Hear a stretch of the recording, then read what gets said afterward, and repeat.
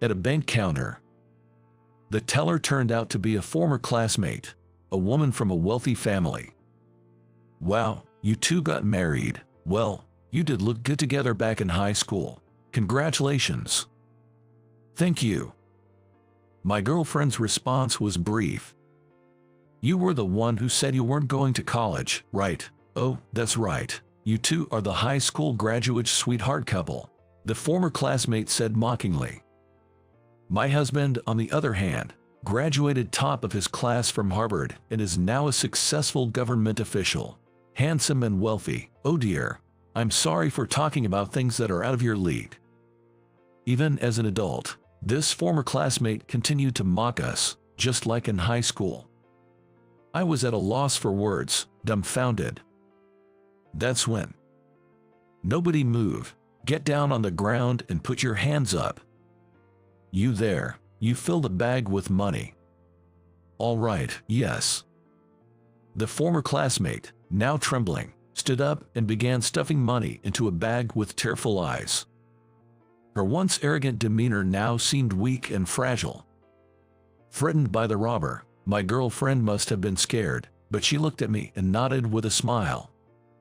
I thought to myself, this is it, took a deep breath, and calmly waited for the right moment. My name is Michael. I'm a 33-year-old police officer, soon to be married. Shortly after starting this job, I returned to my hometown when I was given a longer vacation, because it was only my first year and I should take a break while I could. And at that time I started dating my childhood friend, Emily, who is the same age as me. I recently proposed to Emily, and we decided to get married. Thinking about our bright future together, I found myself reminiscing about the past. Emily and I have been close since I can remember. We were always together in preschool.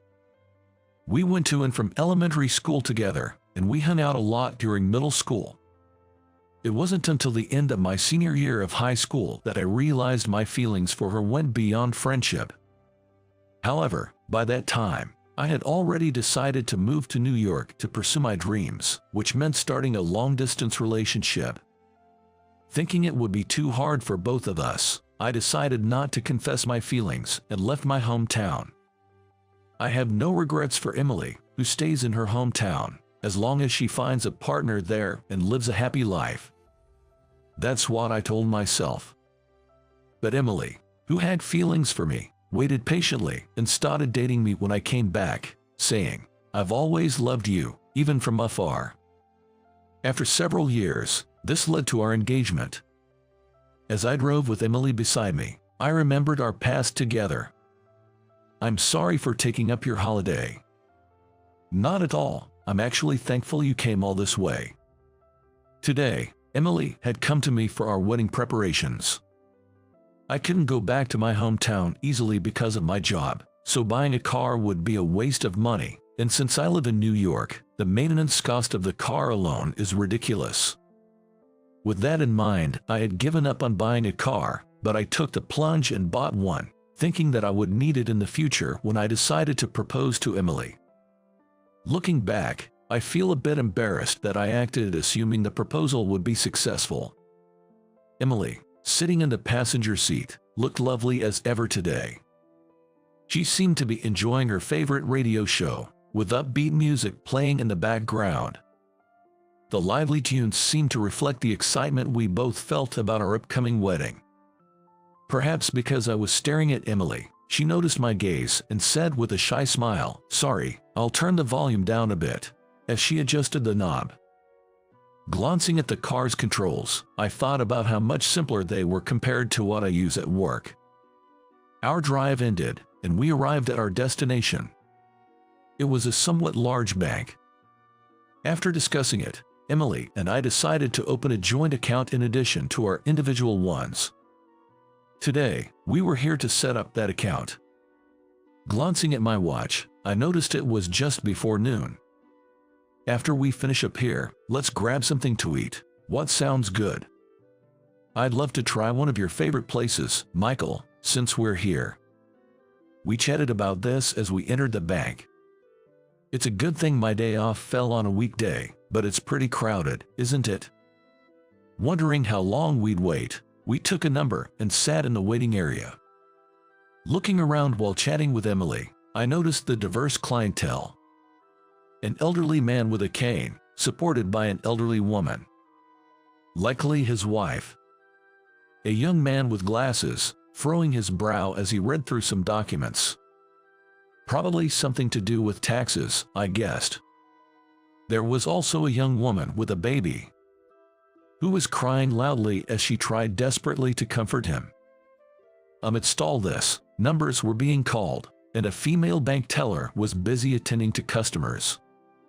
"Hey, are you listening?" Suddenly, a loud shout caught my attention. An angry old man, apparently dissatisfied with something, was berating a teller, who looked intimidated and close to tears. I pitied the female banker, knowing that the man would yell at her, "I need to talk to your manager. Customer number 78, please come to window number 2. Finally, it was our turn. We headed straight to window 2 and stated, "We'd like to open an account." The teller gave us a long look and then, with wide eyes, said, "Wait, are you?" Emily and I exchanged glances before looking back at the teller, who wore a name tag reading Hamilton. Seeing her name tag, we understood why she seemed so surprised. "Maybe you're Jessica?" Emily asked cautiously. "Oh, I knew it was Emily and Michael. I thought you looked kind of familiar." Her name was Jessica Hamilton, a classmate from our high school. We were surprised to find her working at a bank in New York, far from our hometown. Reunited after so long, we were ready to celebrate our encounter. However, Jessica greeted us with a slightly unpleasant smile, saying, "Wow, you two got married. You were a good match even in high school. Congratulations." Emily expressed her gratitude for the congratulations with a thank you, but Jessica, ignoring her thanks, turned back to me and started making snide remarks. "Michael, you didn't go to college, chasing some dream or whatever, right? And Emily, you're a high school graduate, too," she said mockingly. Hearing this, I remembered that Jessica was this kind of person, recalling the unpleasant aspects of our past with her. Emily and I went to a local high school like many from our hometown. During my freshman year, I did not take the same classes as Emily. There were a lot of girls in the classes I was taking. Among these girls, Jessica acted as the leader. Apparently, she came from a well-known wealthy family in our area. She was wearing a luxury brand coat and expensive jewelry, and even her lunchbox looked like a deli from a high-end hotel restaurant. So much so that I could tell just by looking at her, oh, she's rich. Jessica was known for her excellent grades and athletic abilities. With all due respect, if I were to evaluate her appearance, she was considered one of the most beautiful girls in school, truly top level in terms of appearance. But she was what you call a girl with good looks but bad character. With an excessive desire for others to admire her, she wore luxury items and bragged about them all the time. After high school, she planned to attend university and then lead a glamorous life in New York, something she often mentioned to her friends. While I thought someone as smart as her could indeed achieve that, her arrogance made me not want to be a person like her. Unfortunately, Jessica and I were together in most of our classes during our sophomore and junior years. As the time to decide on our futures approached, Jessica's brooding intensified. "I'm going to Harvard, my SAT scores are fine, my GPA is perfect, and my dad is an alumnus. It's practically sure thing," she'd proclaim loudly to her classmates. "Jessica is amazing. That's Jessica." I thought she was someone who wanted to be admired by others anyway when I saw her snickering at the praise of those around her like that. But in fact, considering her grades, she was as competent as she boasted, which made me feel frustrated, like jealousy. Our first interaction with Jessica happened by chance in the hallway while Emily and I were talking, and Jessica, boasting as she walked through various classes, spotted us.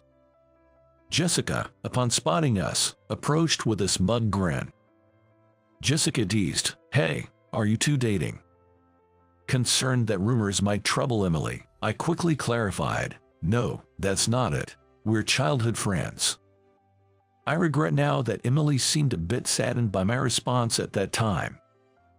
Disinterested, Jessica said, boring, but then turned to me, fishing for compliments. So, Michael, which university are you applying to? I'm, of course, going to Harvard. I honestly replied, I'm not going to college. Jessica laughed. What? So you are going straight to work after high school? That's hilarious. Annoyed but trying to stay calm, I explained, I have a dream. After high school, I'm planning to move to New York to pursue it. Yet, Jessica continued to laugh disinterestedly at my words, saying, not going to college, huh? Then, turning to Emily with a laugh, she asked, and you, Emily, was it? What are your plans after graduation? Emily, a bit puzzled, responded, I'm thinking of working where I currently part-time. Jessica burst into laughter. You two, a high school graduate. So, a high school graduate couple. How perfect. You two are a great match. Though Emily didn't say anything, it was clear she was annoyed. I was furious too, but decided it was a waste of energy to engage with someone like her, so I tried to distance myself from Jessica. In the end, Jessica continued her boasting until graduation. And now, Jessica, a Harvard graduate, works here at this bank. By the way, I got married a few years ago. Sorry I couldn't invite you to the wedding. I intended to cut ties with high school graduates. My husband also graduated from Harvard, at the top of his class, and now he's an elite government official, handsome and wealthy. I'm sorry for talking about things that are out of your league, she said, starting to boast again. Jessica went on, so, how about you, the high school graduate couple, struggling to make it rough tomorrow? Need me to treat you tonight? As I endured Jessica's snide attitude and was about to calmly explain with a no, actually, a scream suddenly pierced the air from somewhere. Turning towards the sound, we saw a masked man holding a knife to a young woman, taking her hostage and shouting, "Nobody move! Get down on the ground and put your hands up!" The knife was pressed against the hostage's neck, and it was clear any resistance could have dire consequences. While the customers panicked, a bank employee shouted, "Please remain calm for your safety. Follow his instructions," and everyone complied, including Emily, Jessica, and me. I couldn't see Jessica from behind the counter, but I could hear her trembling voice. Why is this happening to me? Why? Emily looked at me anxiously. Michael.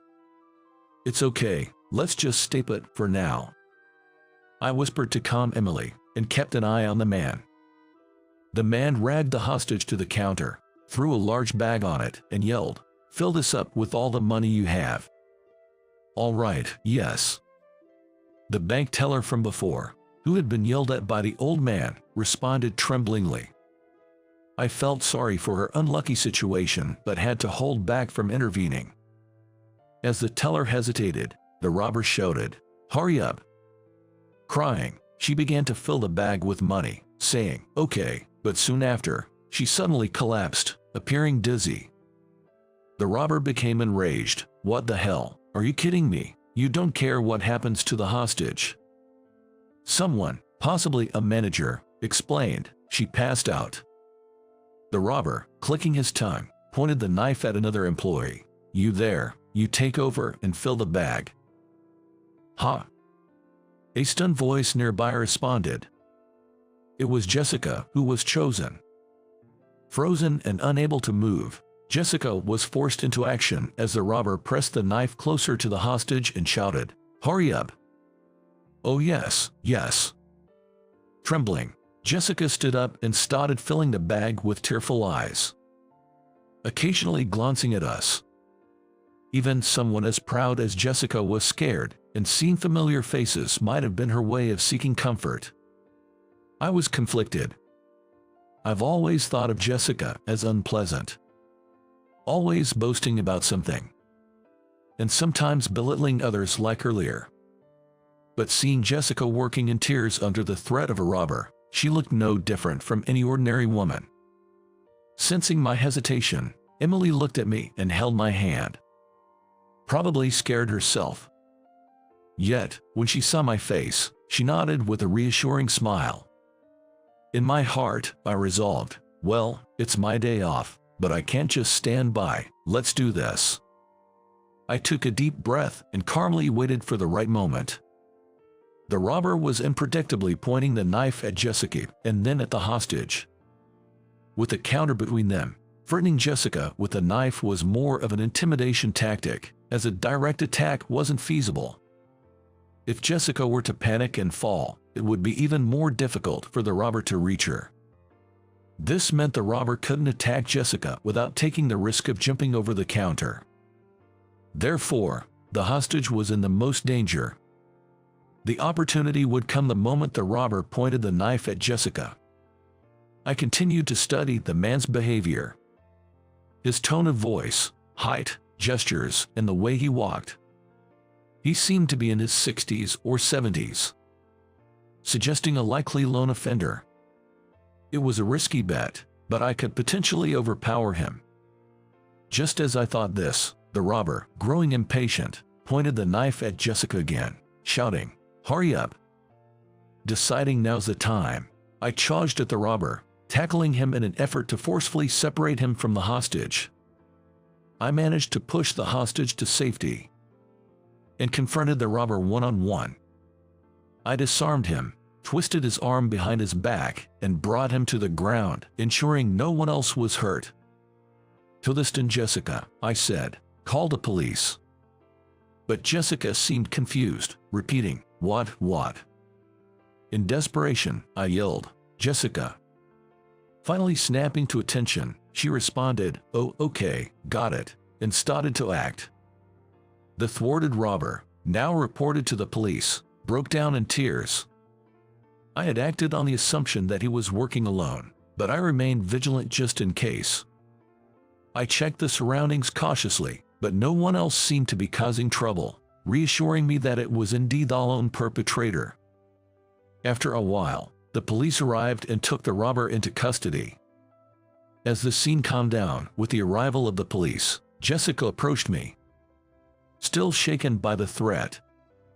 Trembling, she asked, "Who are you, really? Your actions, they weren't like those of an ordinary person. To be honest, it was quite impressive." I hesitated, wondering if she would mock me again, but decided to be honest, seeing she wasn't in a state to do so. "Actually, I'm a member of the SWAT team, which is a special forces unit at New York City Police Department," I explained. "I've always been more athletic than most. I was always the fastest runner, played harder than other kids, and although I got minor injuries, I never broke any bones. My parents told me I was a wild child who loved physical activity. During a family vacation in elementary school, we encountered a standoff incident. It was summer, and there were many families around. The sound of the perpetrator's warning shots made the children cry. Parents, trying not to provoke the perpetrator, desperately tried to calm their children, creating a tense atmosphere filled with despair. Yet, I remained calm. I intuitively felt the panicking wouldn't help and stayed quiet. Holding my mother's hand as she comforted me, I waited patiently for help to arrive. Eventually, a SWAT team appeared and swiftly apprehended the perpetrator. To me, trapped in a dire situation, they seemed like heroes. That experience inspired me to join a special forces unit myself, aiming to help many people. Determined to join the special forces, I began to train both my body and mind, aiming for higher goals. Being naturally athletic, I started training, and my friends joked it would be double advantage. While being good at sports became part of my identity, I made sure not to become just a musclehead and worked hard on my studies too. However, I was a little jealous of Jessica in high school because I couldn't match her in studies. I decided to go to New York as a high school graduate to fulfill my dream as soon as possible. Jessica would mock me for being a high school grad, but it was merely a mild annoyance to me, as I had also been working on my mental strength. Unlike me, however, Emily would sometimes end up crying because of Jessica's words. I would comfort her, and that helped Emily recover. It was during these times that I began to see Emily as more than a friend. I wanted to protect her, cheer her up, and see her smile. Gradually, I started showing my affection for her. Despite various hardships, I eventually joined the Special Forces unit, a long-held dream of mine. Alex, a classmate from the police academy, was a true friend through thick and thin, sharing laughs and even occasional arguments. Without him, I might have given up on my dreams. After graduating from the police academy and getting officially assigned, I took a long break to report back to my parents, during which I reconnected with Emily, and we started dating, eventually deciding to get married. Soon, Emily will move to be with me, and we'll start our life together. That's why we were at the bank, to open a joint account for our future together. Upon learning about my true identity, Jessica was astonished. "Can't believe you're in the Special Forces," she murmured. Actually, when I first came to New York, I was abducted because I was from a wealthy family, but I was saved by the people from Special Forces unit, so I've always been grateful to them. Jessica mentioned she has always been grateful to the Special Forces because of that experience. She apologized to me for her past rudeness, and also said sorry to Emily. She even expressed her thanks for our help. Despite some hesitation, Emily and I decided to forgive Jessica. She hasn't done anything to do any real harm to us, and I realized that the feelings I had for Emily were affection, not friendship, because there were times when I consoled her when she was depressed. I don't want to admit it, but maybe Jessica played a role in our current happiness. With our forgiveness, Jessica's demeanor brightened as she began to chat more freely. Jessica laughed. "I still work under my maiden name and haven't really announced my marriage, so it's understandable. But now it's Foster, Jessica Foster. Nice to meet you again." She reintroduced herself warmly. Then, a police officer who had come in response to the call approached us and saluted me. Looking closer, I saw it was Alex, an old friend from my days at the police academy. "Hey Alex, long time no see." I greeted him eagerly. Alex, laughing, said, "Long time indeed. I heard that you were the one who conquered the robber." The robber probably never imagined the SWAT team member would be at the scene. Anyway, good job. No one was hurt, and it all ended well. After exchanging a few words, Alex was called away by his superior. Though there was much to catch up on, it couldn't be helped. Our duties in the Special Forces kept us busy. The three of us enjoyed a momentary sense of liberation, but the thought that we might be questioned by the police later in the day quickly became depressing again. We shared a laugh over our shared depression. Later, Alex invited me for a drink. "Let's catch up properly. It's been a while," he suggested, and we shared stories of our hardships during and after the police academy. By the way, I found out quite a bit about that previous robbery incident. Alex then brought up some new information about the recent robbery. The robber was a 68-year-old man who had retired at 65, with little savings due to supporting his children and an inadequate pension. He was struggling. His wife's illness required expensive treatment, and with no support from his estranged sons. Unable to find work, he felt hopeless. He became desperate not to lose his wife and resorted to robbing the bank.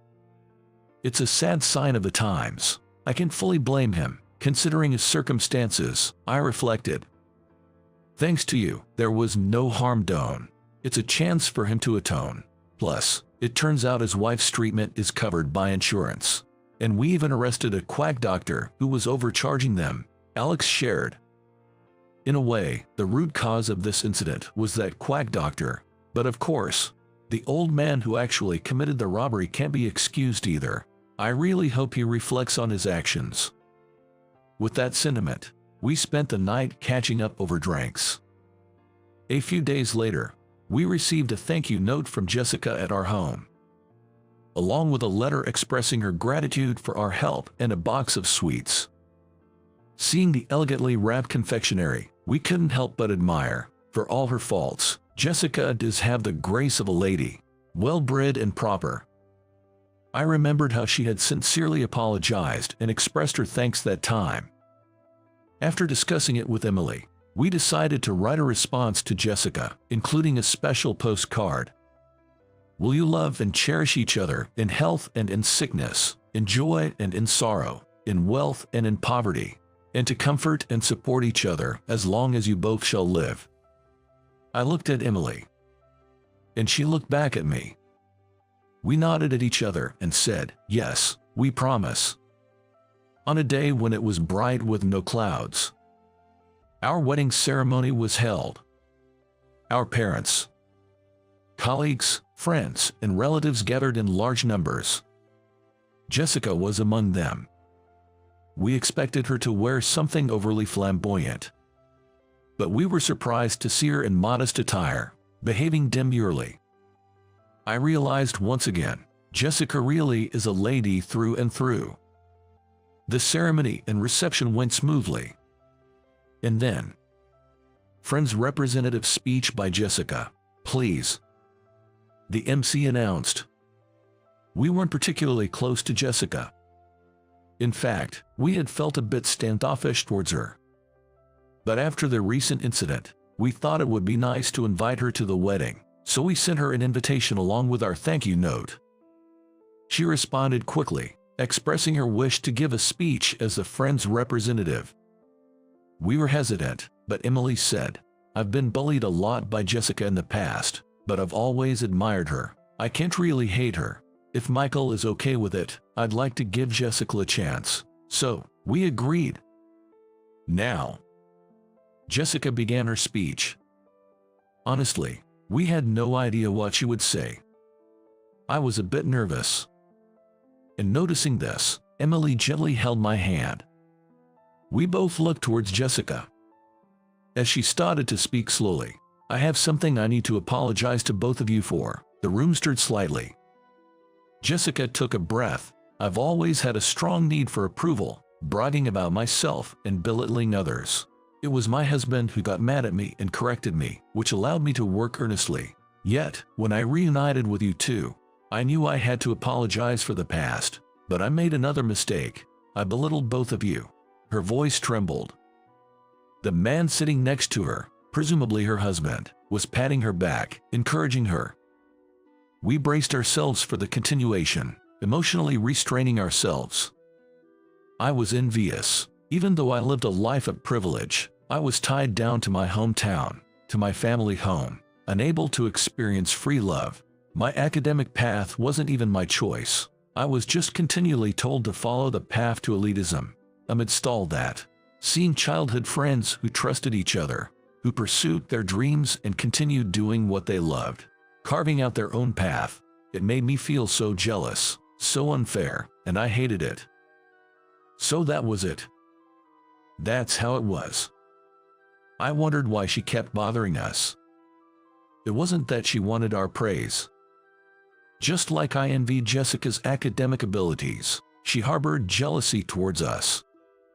Maybe our indifference caused the misunderstanding.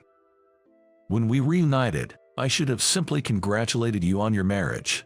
Instead, I fell back into my old high school ways, belittling and looking down on you and boasting. Even as I spoke, I felt increasingly empty inside. It was around that time that the incident occurred. You may have seen it on the news, the attempted bank robbery. Many of you might know, but it was Michael who played a crucial role in apprehending the perpetrator. A murmur of wow rose from the crowd.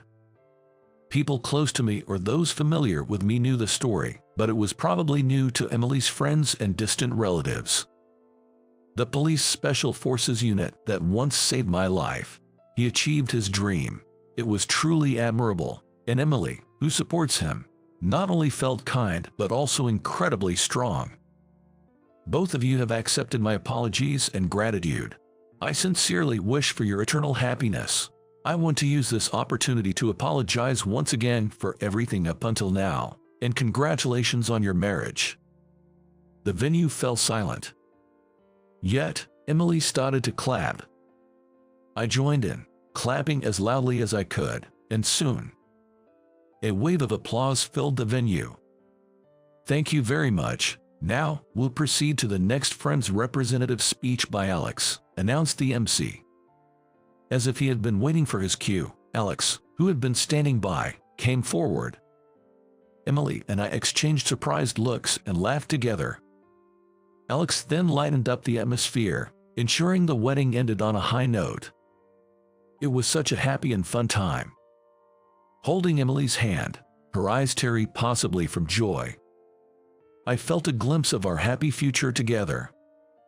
I pledged once more, as a member of the Special Forces, to protect people, and as myself, the individual, to protect Emily.